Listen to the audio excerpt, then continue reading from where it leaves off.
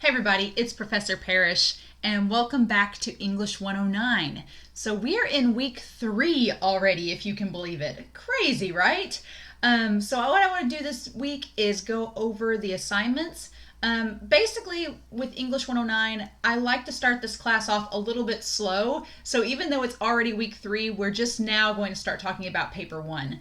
Because hopefully by this point you've gotten your textbook, you've become acclimated to the class, you understand where all the assignments are, how to turn in assignments. I like to start us off a little bit slow to kind of ease into the class, and now that we're a couple weeks in, we can start picking up the pace and focusing on our papers and other assignments. So for this week, I'm going to, as always, put our weekly lecture video here in the corner under announcements, and then I'm going to go to our assignments page and talk about what is due this week.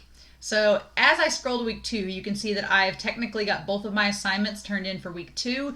I'm recording this on Sunday, so please make sure if you've not done your grammar review or finished your discussion forum, you do so by 11:55 p.m. tonight. And then for week 3, there are only 2 assignments still. In your textbook, you are reading chapter 2, which is pages 27 through 60. Chapter 2 is talking about the 4 bases of the writing process. So talking about free writing, questioning, talking about clustering, listing. I'm personally a lister. I don't like clustering. I like making nice lists, and that's going to tie into when we talk about our thesis outline below. But just read chapter 2. If you looked back last week, chapter 7 was assigned, which was on description. That's going to relate to our paper 1. You were also supposed to look at our paper 1 guidelines. So if you've not looked at those, they are in our resources link up here on the left-hand side. So the 2 assignments this week, one is the discussion forum, which we'll just do a little detour to that. So the week 3 discussion forum, there is this video I want you to watch. It's not very long, but it's discussing the idea of a thesis. What is a thesis? What are the points of papers? What is the whole purpose in having a clear audience and a clear message behind your papers? So you're going to watch the short video. It's not very long. And then you're going to answer the 3 questions for the discussion forum and then post at least 2 responses. So I'm curious, especially with number 3, whether or not you agree or disagree with the author, and then why or why not. And then, of course, I don't think that'll be a problem in this class, but as always, just be respectful to your peers. And if you disagree, respectfully disagree and say why. And if you agree, say why as well. So I have a feeling with this class that's not going to be an issue, but I always put that caveat there just so that we're clear. So you've got your discussion forum, and then the other assignment is our thesis and outline assignment. So here's the thing. I can relate to many of you. When I started out at SIC, and when I was first starting college, I hated outlines. I was an English major, and I was like, I can sit down and chuck a paper draft out in a couple hours. I'm fine. I don't need an outline. And so I dreaded doing outline assignments. However, as I transferred from SIC to the university, and as I got into other classes outside of English, I realized that the papers were getting more and more complex, and I found that outlines are actually extremely helpful because they help keep you focused. A lot of you have noted that you're good at brainstorming ideas, but I would argue probably the biggest obstacle for a lot of writers is staying on track and focused with their work and avoiding getting away and being sidetracked. So the great thing about an outline is that it lets you stay focused and keep a structure to your paper without veering off and wondering, okay, how do I get back? So for this assignment, I'm assuming you've read the paper 1 guidelines. You know the paper is about description. You have a lot of options with this paper. You can write about a vacation. You can write about a sports camp or a summer camp. You can write about a trip. Think of it as nostalgic. Man, what was that like when we went on vacations?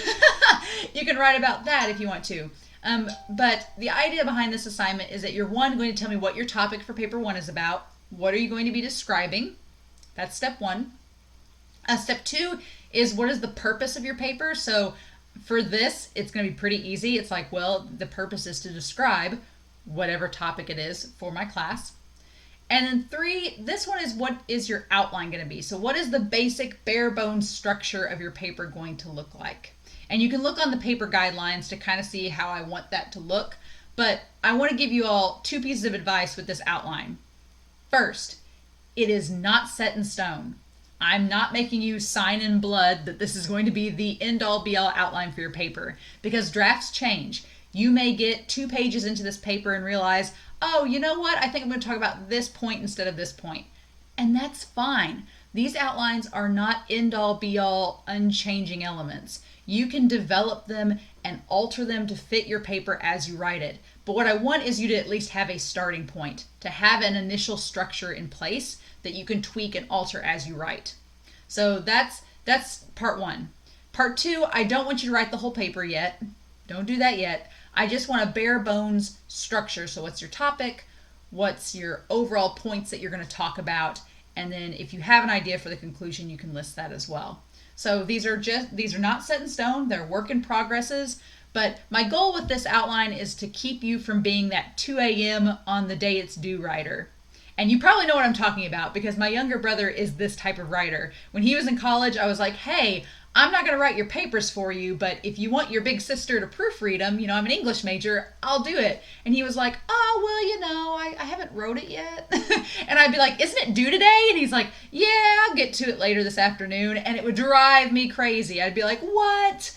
So I don't want you to be that person, because from my own personal experience and from my experience reading a dozen other papers that students have told me they've written at the last minute papers are not good. You usually rush through things, your brain turns off, and your brain doesn't catch certain things that normally maybe if you proofread you would see, and so lots of errors can be made. Now you will get a chance to revise paper 1, and we'll talk about that the week that you all turn it in. But I want you to have an outline so at least it gives you a starting point, so that as you write your paper, if you get lost, you can turn back and go, oh yeah, that's what I was supposed to write about next, and you can tie back to it. So that's just the idea in general. If you have questions about the outline, you can email me, but pretty much if you just give me a structure that you're working with, you're going to get full marks for this assignment. If you give me your topic, your purpose, and an outline. But those are due by Sunday. So if you want to, you can go ahead and look ahead. You can see week 3 is open as well as week 4. Next week we'll talk about the textbook assignment and what that looks like. But for this week, and of course you'll still work on your drafts. We'll talk about those being due next week. So you basically have this week to start your paper. You're going to have next week to work on it, and then we'll turn into the peer review discussion forum, and we'll talk about that. And then the final draft will be due the week after in week 5. So you've basically got 2.5 weeks to work on this paper. It's only 3 pages, so it should be plenty of time. I think that's plenty of time to write a draft. You could probably write a draft this week, especially if they're descriptive papers. But if you have questions, feel free to let me know. But that's basically it for week 3. Just getting started on your paper, letting me know what it's about, reviewing this thing over theses, and then reading chapter 2. Chapter 2 has a lot of ideas on how to map out ideas and giving your paper structure and revisions, and lots of examples are in this paper, so in this text. So I think it's a good chapter, but I hope you all feel the same way as well. So I'll be grading your assignments this week, those of you that turned them in today. I've already graded the assignments turned in before. Please don't forget to turn in your assignments. And otherwise, I hope you all have a wonderful week. Please stay safe and take care. And I'll talk to you all again soon for week 4 of English 109.